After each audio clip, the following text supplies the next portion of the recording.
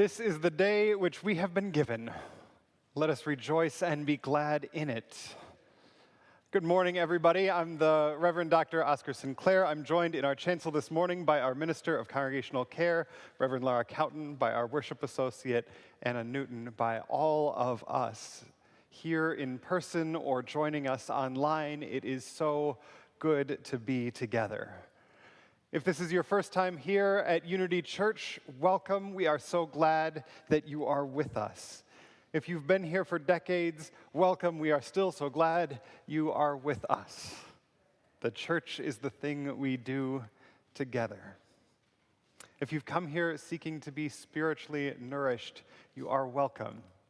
We hope that you find Unity Church a place that helps you find and keep your balance, a community that inspires you to lead a loving life of integrity, service, and joy.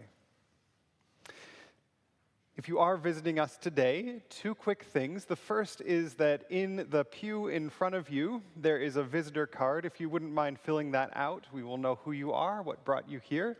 If you're joining us online, send us an email with the same stuff. We would love, love, love to know who you are and what brought you to us on Sunday morning. Every Sunday, we also have an informational session for visitors or members who just want more information called Finding Yourself at Unity. It's in the center room behind me right after this service. This morning's topic is Unitarian Universalist history. That Oscar guy is teaching it. So I will be back there right after service. With that, take a moment. Look out the window. Remember that this is bringing flowers. Be present here on this day. Enter into worship as we ring our bell.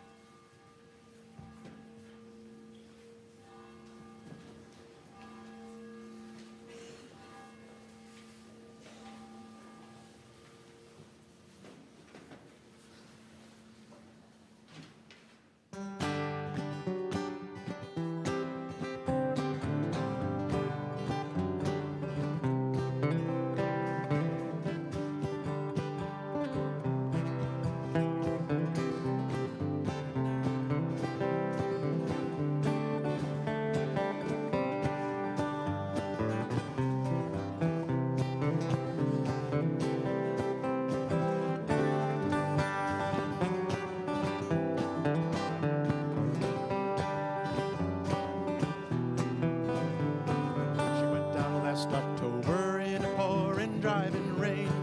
Skipper he'd been drinking and the man felt no pain. Too close to 3 Mile Rock and she was dealt her mortal blow. The Mary Ellen Carter settled low. There was just us 5 aboard her. She finally was awash. We worked like hell to save her, all heedless of the cost. The groan she gave as she went down caused us to proclaim that the Mary Ellen Carter would rise again, rise again, rise again. Let her name not be lost to knowledge of men. Oh, those who loved her best and were with her till the end will make the Mary Ellen Carter rise again.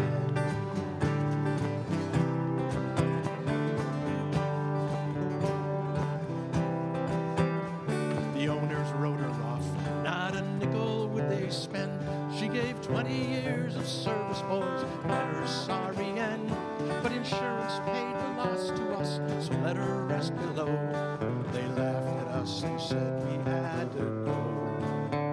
When we spoke of her all winter, some days around the clock, she's worth $250,000 afloating at the dock. Every jar that hit the bar, we swore we would remain, make the Mary Ellen Carter rise again, rise again, rise.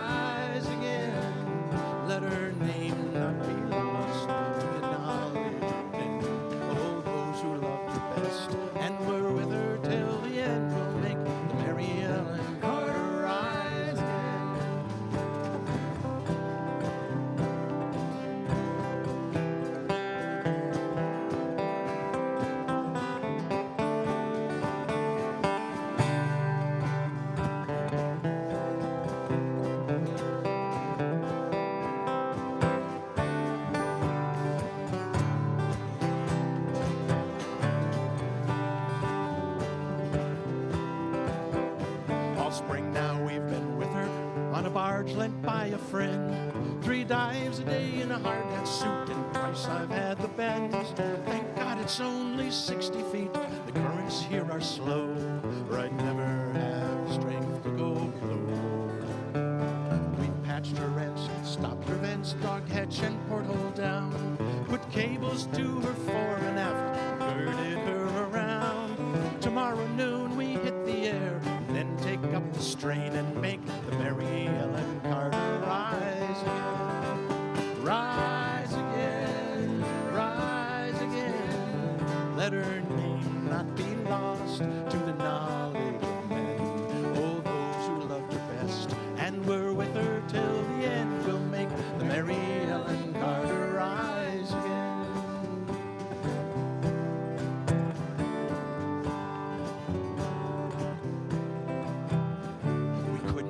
Her there, you see, to crumble into scale. She'd saved our lives so many times, living through the gale. The laughing drunken rats who left her to a sorry grave, they won't be laughing in another day.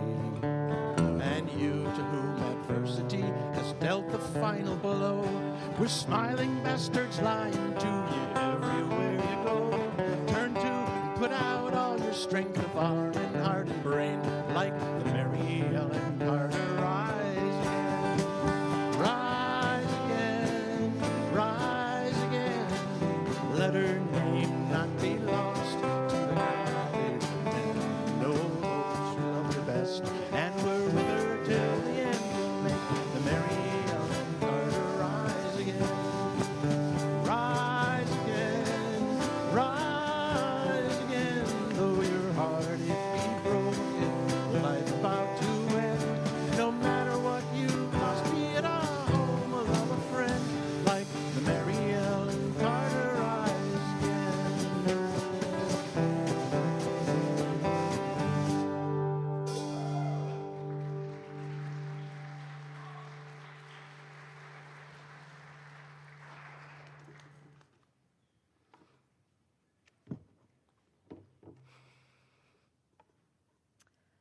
We come to religious community from many paths with diverse needs.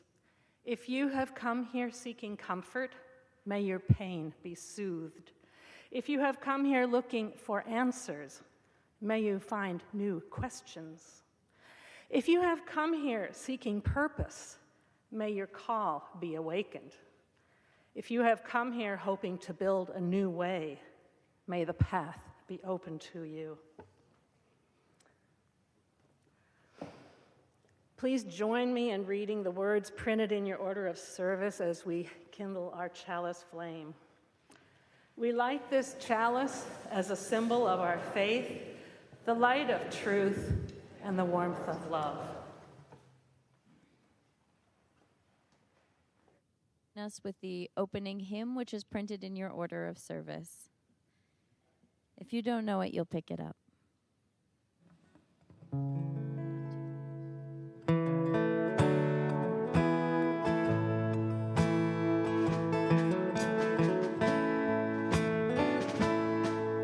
As we come marching, marching in the beauty of the day, a million darkened kitchens, 1,000 workshops gray, are touched with all the radiance that a sudden sun discloses. For the people hear us singing, bread and roses, bread and roses.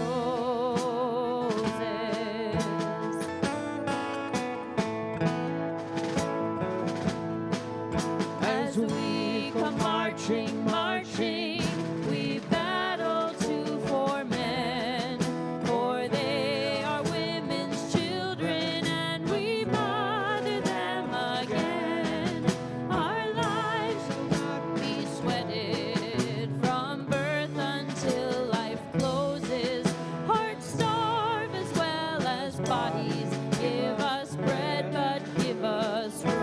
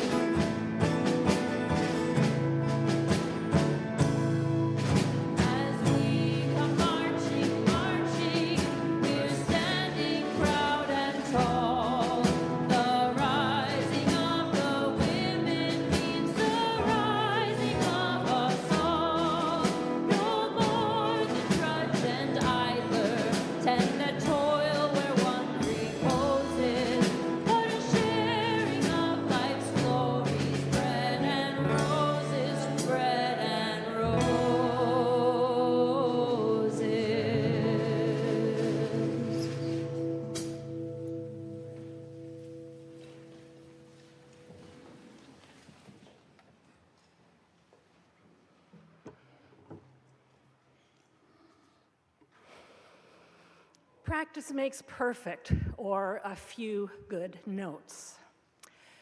When I was in 5th grade, my mom came home from a PTA meeting visibly excited.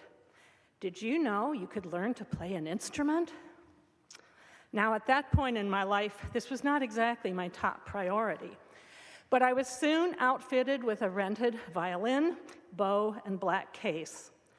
As part of the fledgling orchestra program in the Nashville Public Schools, I was a little bit embarrassed to be carrying my instrument on the bus, but I quickly grew to love playing music. And I must have shown some talent, because after a while, Mom signed me up for private lessons. But there was a big problem. I had only played in the group setting at school, and I absolutely could not play alone in front of someone with a critical ear who I barely knew.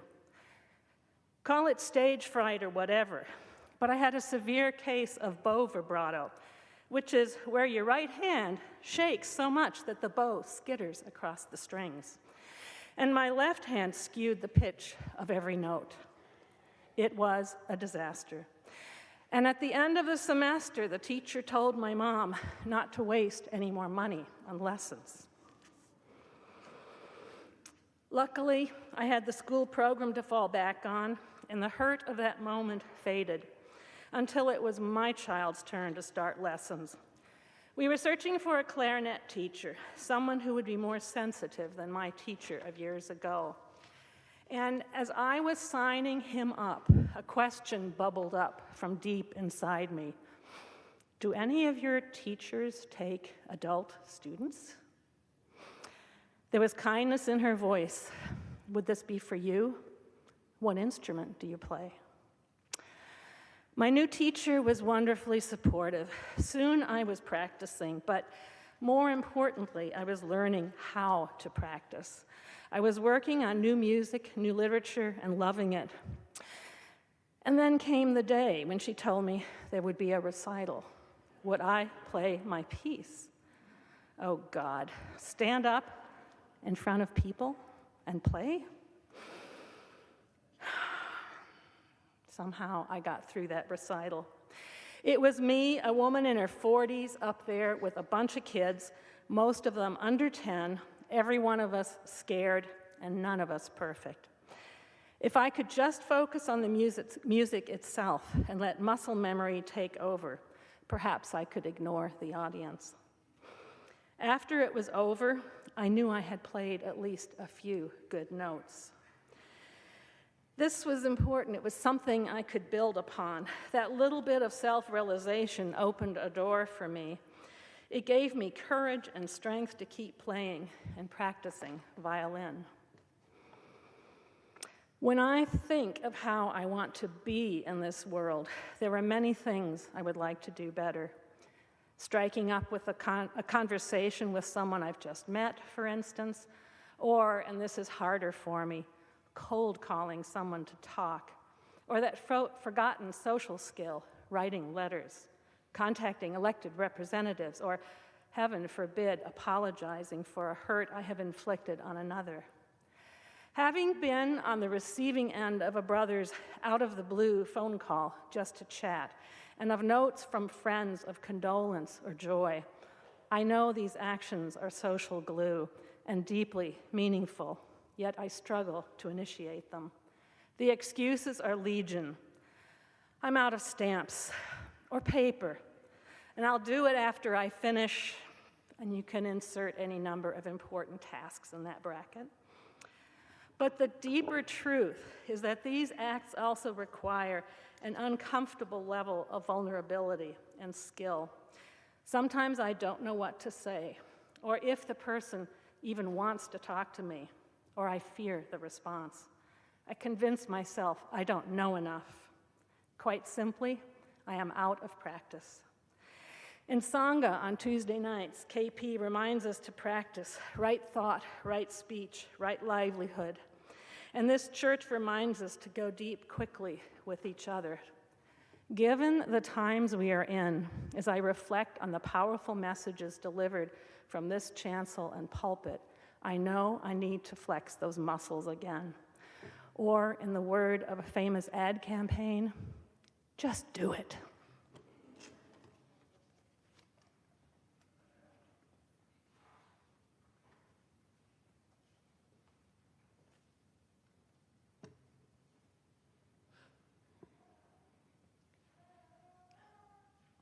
Each time we gather for worship, we set aside a moment to expand the caring ministry of this congregation.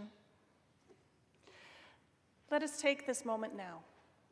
Let us pause, settle yourself in, maybe squeeze your shoulders up a little bit, and just release that tension. Close your eyes if that's comfortable for you, and take a breath.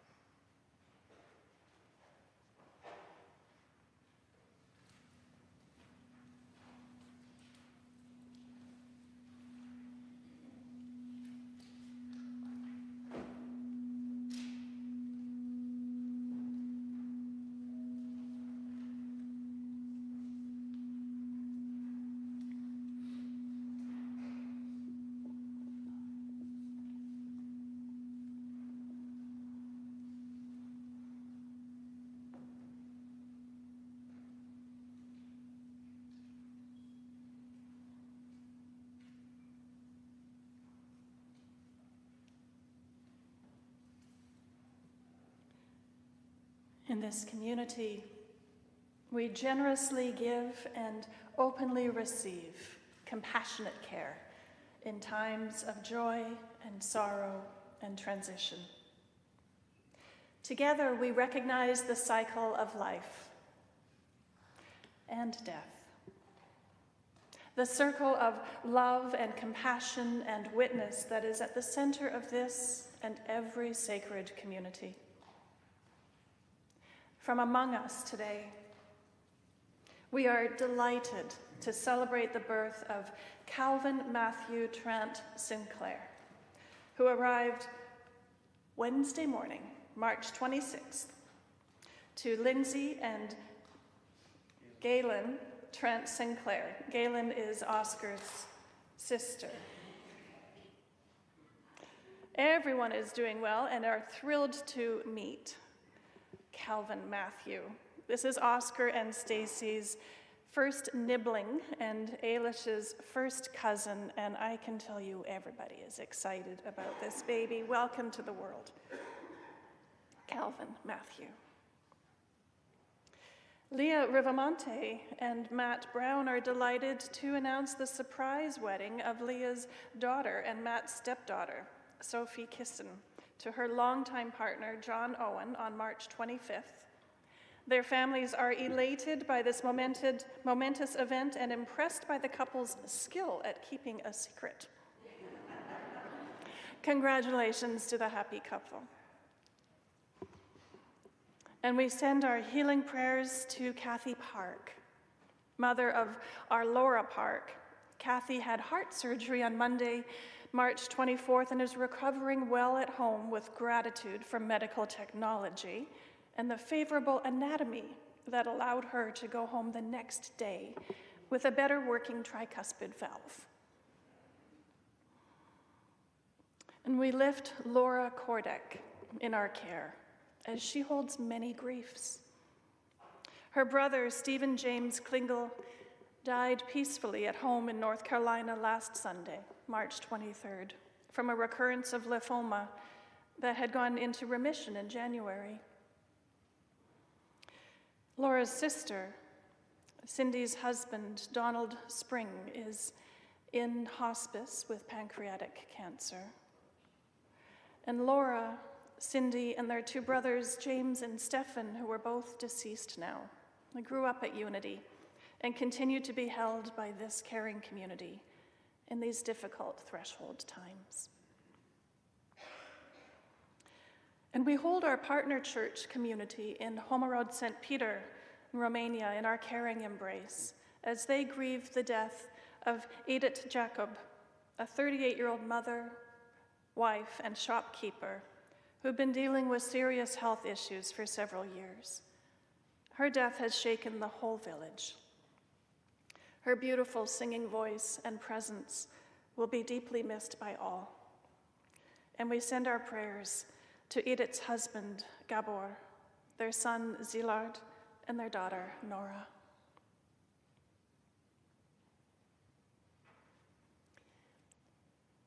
We stand at the side of all those whose primary spiritual practice is caring for children, and with those caring for aging parents,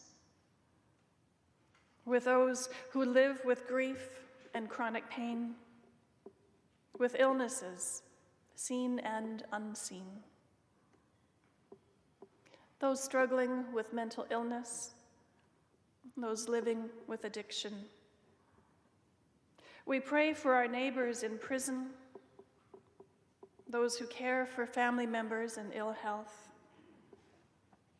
those who are struggling every day to stay afloat amidst crushing poverty and uncertainty. Our lives are blessed by those who knowingly and with curiosity and courage face their final days, by those who rise above heartbreak to carry on the work of ending oppression in all of its forms. We pray for those in harm's way, for the wisdom and the strength of the leaders of the world, and for the leaders of this beloved congregation, as together we live into our future. Our hearts expand to hold all of these truths and many more as we bear witness to one another throughout these circles of our lives. We join together in lifting all of the joys and sorrows as we carry them in our hearts today, and I invite you to speak aloud or hold in silence the names of those you wish to hold in our collective embrace.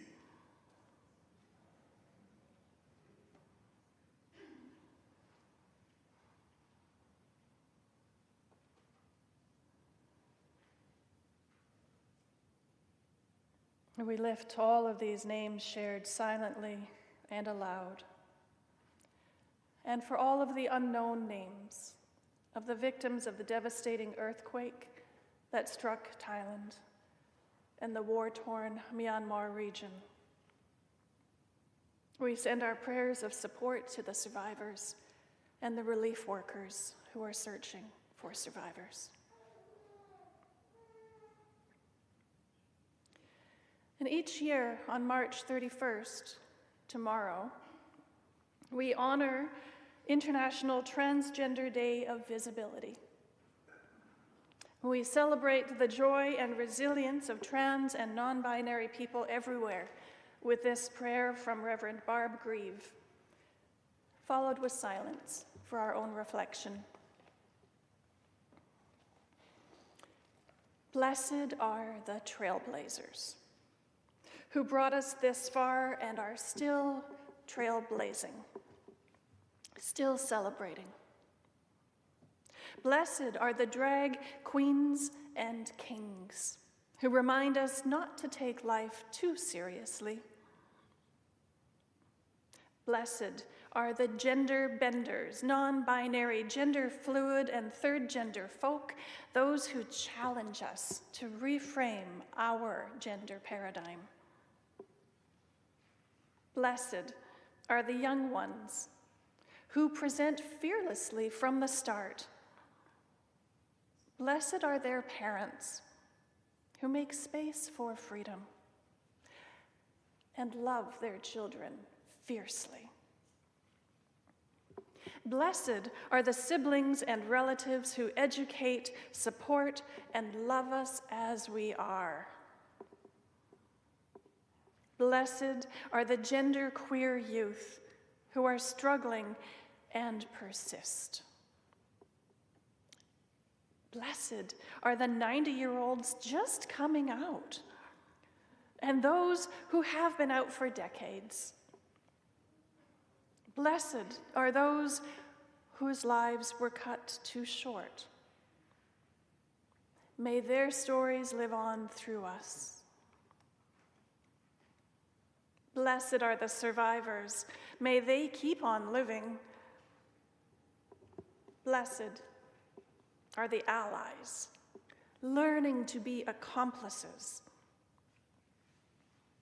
Blessed are those gathered here today, witnessing, learning, celebrating. May we all commit to continue showing up, fighting for justice, celebrating all the genders in life. May it be so. Amen.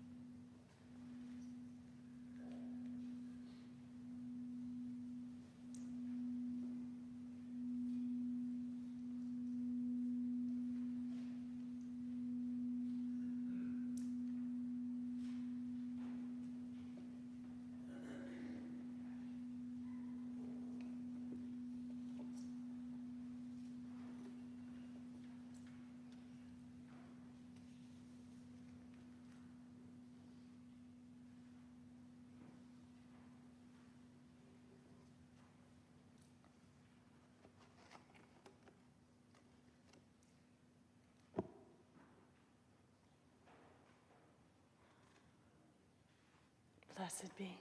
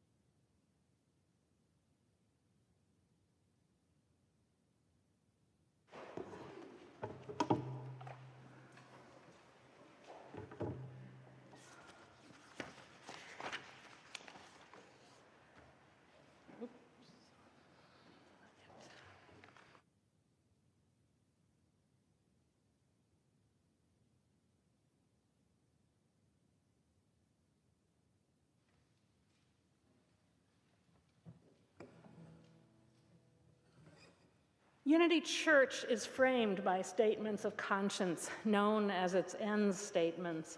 One of those is to steward and sustain the church for our larger Unitarian Universalist movement for the future. Our movement extends beyond the walls of this church to partners with whom we share a common interest. Each week, the larger portion of our offering goes to these community partners. This week's offering will support the Immigrant Law Center of Minnesota, which aims to enhance opportunities for immigrants and refugees by providing legal services to low-income clients regardless of nationality or legal status.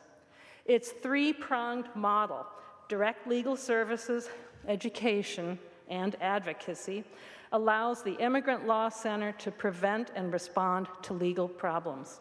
This collection will help clients secure legal status and obtain work authorization and citizenship. Will the ushers please come forward?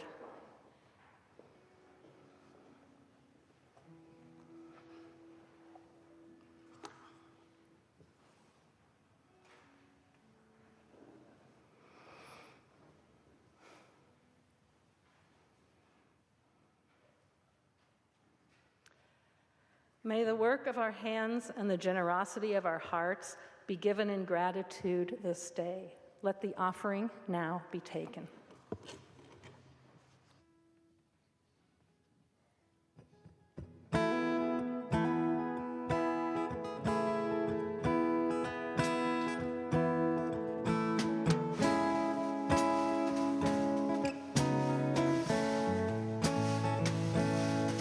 There were moments of dreams I was often to say, if work more like a workhorse and less like a slave. Thought once we'd flown, there was no more pain. Be worth the most of my life. So I pointed my finger, shot a few words I knew. Something that was written to be taken as true. Every path I take, a conclusion I drew, be put back under the knife. Now the only one piece of advice that continues to help is that anyone's making anything new only breaks something else. When my time comes,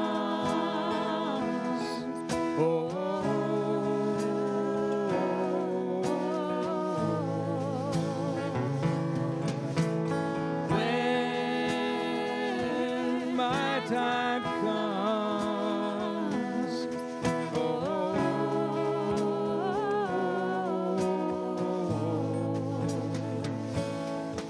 so I took what I wanted, put it out of my reach. Want to pave my successes with all my defeats. And if heaven was all that was promised to me, why don't I pray for death? Now it seems the unraveling has started too soon. Sleeping in hallways and drinking perfume, staring at mirrors and howling at the moon. And the worse that it gets, you can judge all the world by the sparkle you think that it lacks. Yes, you can stare into the abyss, but it's staring right back. When my time comes,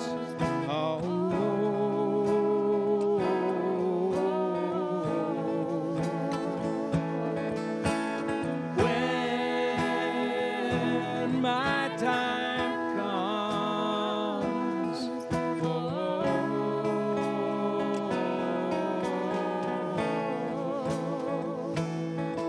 you can judge all the world by the sparkle you think that it lacks. Yes, you can stare into the abyss, but it's staring right back.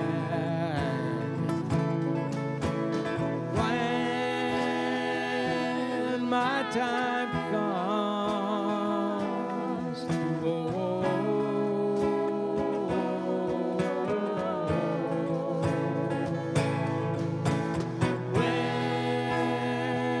when my time comes,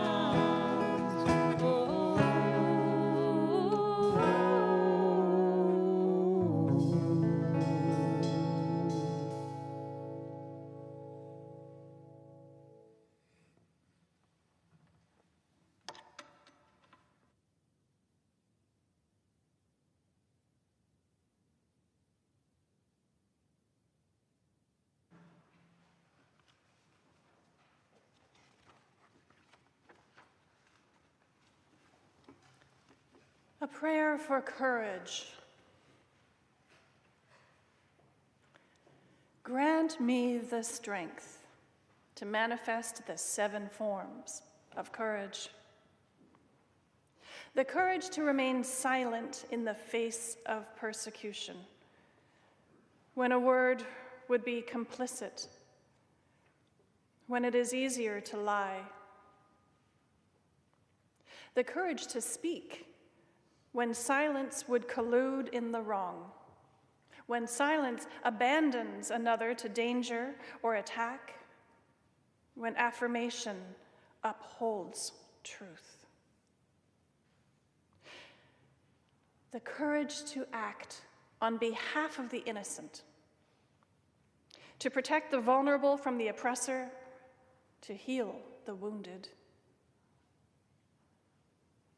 The courage to refrain from acting in violence, to harm my neighbor or my enemy. The courage to risk death, to stand against war or abuse, to act for common good, to provide a future for the generations. The courage to risk life when choices are complex or unclear, when my life is threatening to unholy power, when I face pain, suffering, or oppression. The courage to be transformed by new truth, greater wisdom, and more perfect love.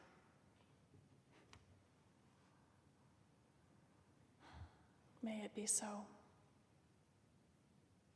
May I be so.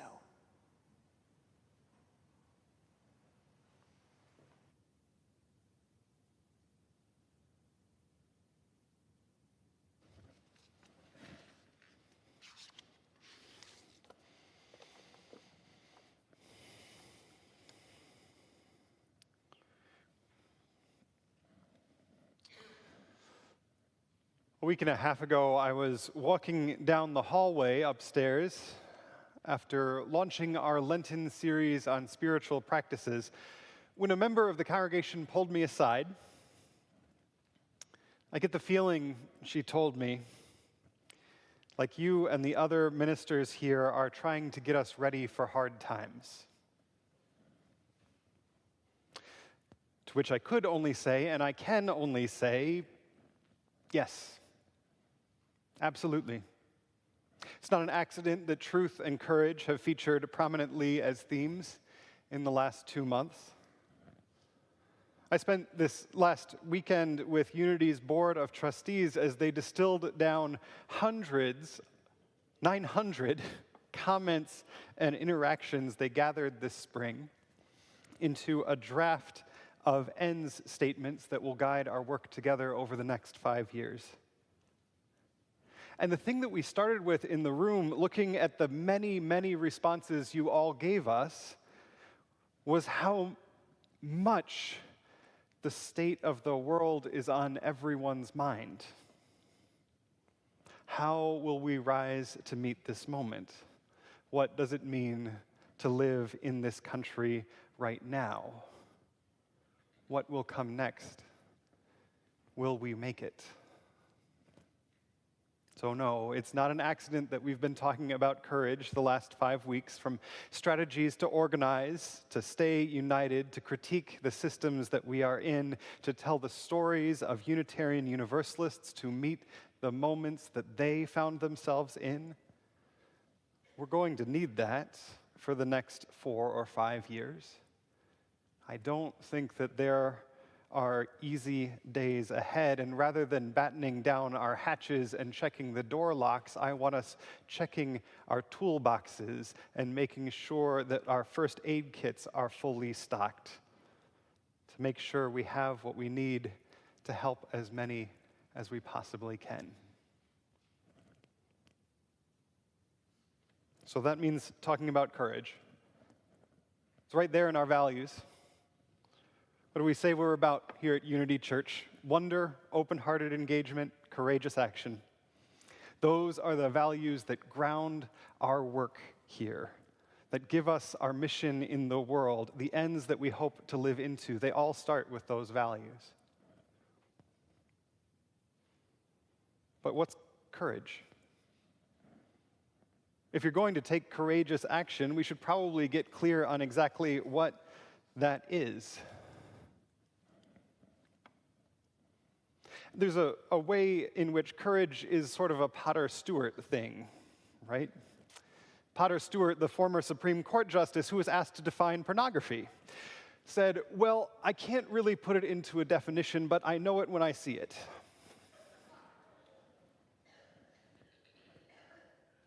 We know courageous action when we see it.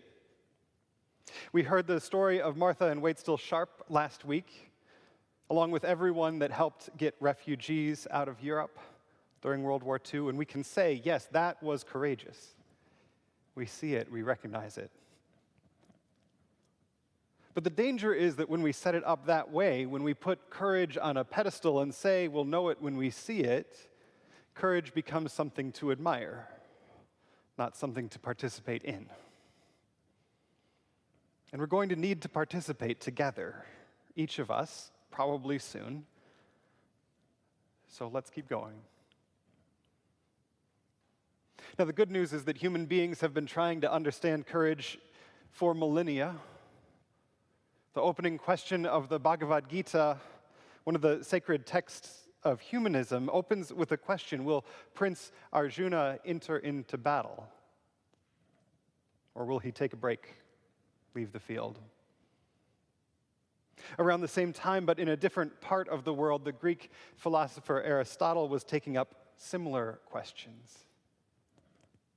Epic stories and learned treatises have been written trying to answer, why do some people in moments of great stress behave admirably, while another person, or maybe the same person at a different time, can utterly fail to meet the moment?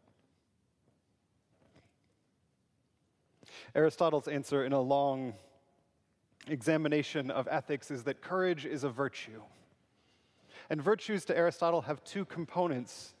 Every virtue is a midpoint between two vices, and virtues are developed through practice. The first part is a little bit tricky. Every virtue is the midpoint between two vices, right? So what does that mean? Truthfulness is a virtue, he would say, between the vices of boasting and self-deprecation. It's the midpoint between those two. Modesty is between bashfulness and shamelessness. Each virtue is an aiming point, and the two vices are two different ways of missing the mark. So if temperance is a virtue, it exists between excess and deprivation. Courage, to Aristotle, is the virtue between cowardice and foolhardiness, recklessness. What's courage? It's the thing that exists somewhere between being a coward and being a damn fool. Cowardice is straightforward. Quick show of hands, but no details, I promise. Who here can remember a time in their life where they regret that they did not have the courage to do the right thing? Yeah, certainly me. In its most extreme cases, this is the Martin Niemöller reading from last week, right? First, they came for the socialists, and I did not speak out because I was not a socialist. Then they came for the trade unionists, and I did not speak out. Then they came for the Jews, and I did not speak out. Then they came for me, and there was no one left to speak. Cowardice is when we do not act but should, whether it's facing down the Third Reich or someone bullying a coworker. Now, foolhardiness, recklessness, is a little harder to wrap our heads around because being a fool is often read as bravery. It just is. The band just played a song by the band Dawes about one of those moments. I thought that one quick moment that was noble or brave would be worth the most of my life. So I pointed my fingers, shouted few quotes I knew, as if something that's written should be taken as true. That song actually doesn't end very well for the narrator. Anyone have a moment like that? I do. Okay, we'll leave hands down for that one. You know, like a lot of these stories, for me, it happened when I was about 21, right? I joined Peace Corps right out of college. I graduated in May, and by July, I was swearing in a capital in Lesotho's, at a ceremony in Lesotho's capital.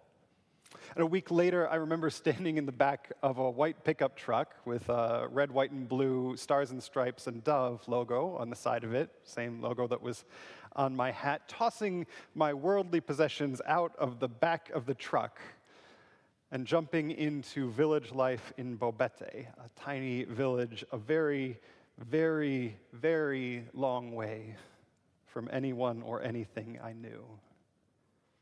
And people had told me going in, "Oh, you are so brave." And at 21, I believed them. And I remember thinking, this is the moment, right? This is the moment where I've actually done this brave thing. And then the truck left. I thought that one quick moment that was noble or brave would be worth the most of my life. But I tell you, watching that truck drive off, realizing that I was there for 2 years, that 2 years is a lot longer than one quick moment. That's a different lesson altogether. There's a line in The Catcher in the Rye: the mark of an immature man is that he wants to die for a cause. The mark of a mature person is that they want to live for one. Courage is not one quick moment, but it might be a practice. It might be a life. Tomorrow is Transgender Day of Visibility, which is a practice of courage, right? Not one quick moment, but a lifetime of courage. And it is practice where Aristotle lands as well. Virtues aren't innate, he would say. If they're midpoints between vices, then we can calibrate, we can practice. We can miss the mark and then get better at aiming the next time. We can learn. How do we learn? Same as anything, we practice. We get the reps, we put in the time, we miss the target a lot, and then keep aiming better next time. It feels like you and the other ministers are getting us ready for hard times. Yep, we sure are. But the way I know how to do that isn't a flash of inspiration, but practice. Practice is scary. Stacy and I struggle a little bit with our daughter right now because she is of the opinion that she is world class at everything that she does. The best skater, the best biker, the best artist, etc. So no practice is needed. Ever. And when she occasionally collides headfirst with reality, tears usually ensue. And then we try again. Because to get better, we have to admit first that we aren't experts. We have to be willing to be on stage and play the violin. To practice courage, we have to admit that there have been times when we've been cowards and times when we've been fools. Then get better. So since 2019, I've had a pretty regular practice of CrossFit workouts. And CrossFit is a lot of things. But through it, I've gained an appreciation of measurable progress through practice, right? I can point to things that I can do now that I absolutely could not have physically done half a dozen years ago, and how practicing little things, hip mobility, stretching, affects big things, deadlifts. But there's also a kind of magic in a CrossFit class. There's a coach, right? There's a professional that sets the programming, what you do from day to day, and who can help you out with your form, when you need it. Scaling is a really big deal in these workouts.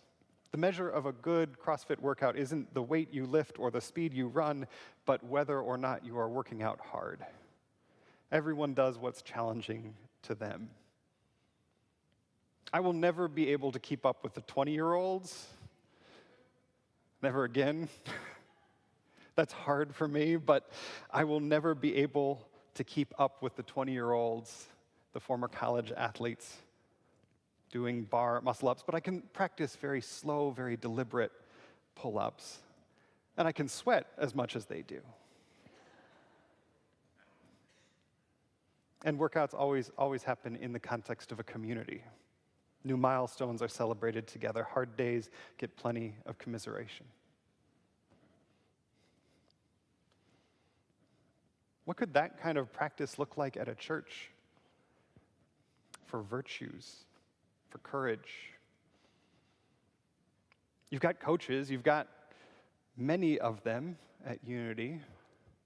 Preachers who will push you, staff and volunteers that set and provide programming, opportunities for practice. We talk about scaling, right? When we get ready for a protest, we ask everyone to think about the level of risk they can or will take. Some of us with privilege might be willing to get arrested, while others are pushing the very limits of their courage and capacity just to show up. Both are celebrated, both are sweating just as hard. And all this happens in community.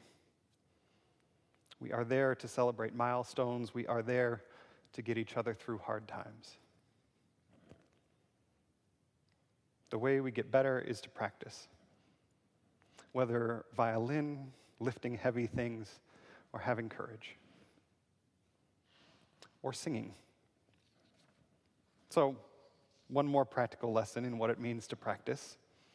If you would, please rise in body or in spirit. And as we have been practicing all month, we are going to close the worship service by singing Resilience. I'm going to lead us through, but we're all leading together. Every couple times through, we'll add another harmony line. So some people stay singing what you were singing. Some people join me on the next line. And then when I put up my hand, we'll end with a big resilience. All right? And foot stomps.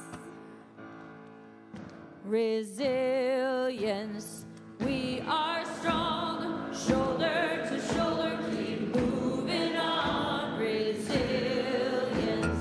make a new plan, stand up again and say, yes, we can. Resilience, we are strong, shoulder to shoulder, keep moving on. Resilience, make a new plan, stand up again and say, yes, we can.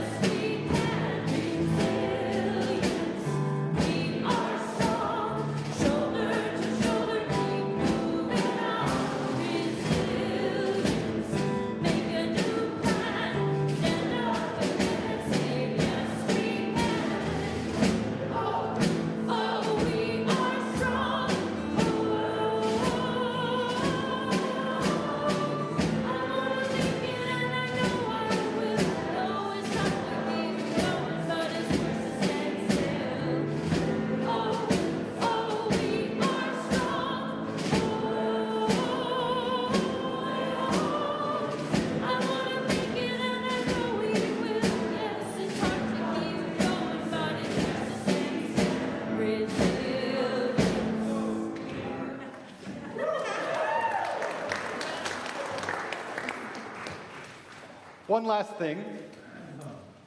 The thing that also came up over and over and over again in the last 2 days as the board gathered to talk about what it means to be church in these times, what it means to be courageous, what it means to have a sense of wonder, what it means to be a loving community, is that we need to laugh together. because there is no way through these hard times without carrying joy with us. So go practicing resilience, but also practicing joy. That is how we be the church. Amen.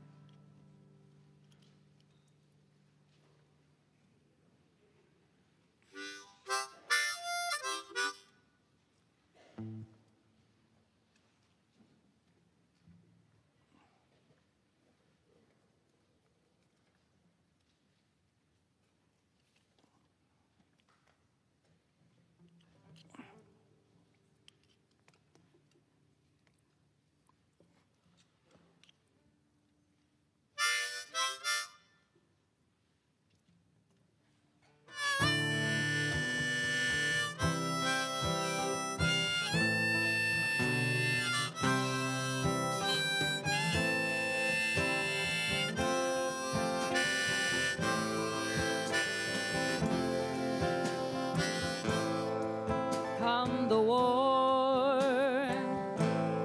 come the avarice, come the war, come hell, come attrition,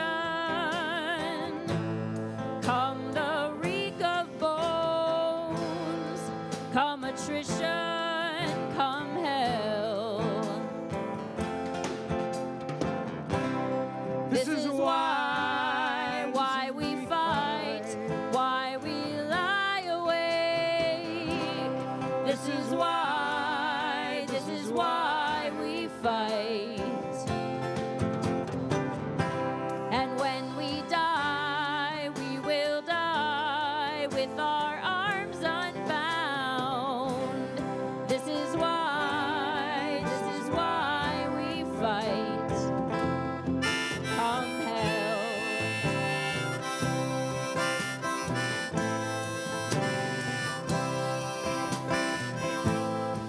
Bride of quiet, bride of all unquiet things, bride of quiet, bride of hell.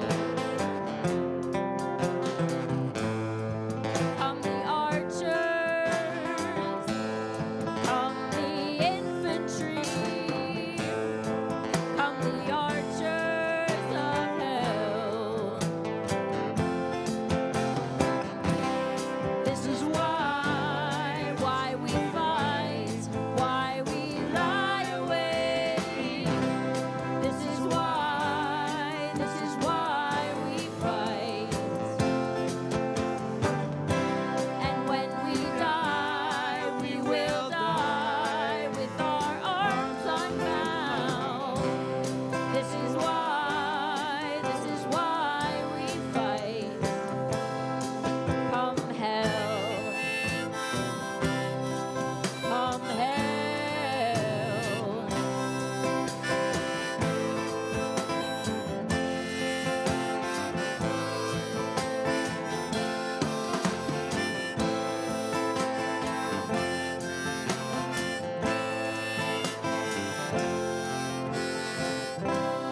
This is why we fight, why we lie awake. This is why we fight. And when we die, we will die with our arms unbound. This is why we fight. So come to me, come to me now, lay your arms around me. This is why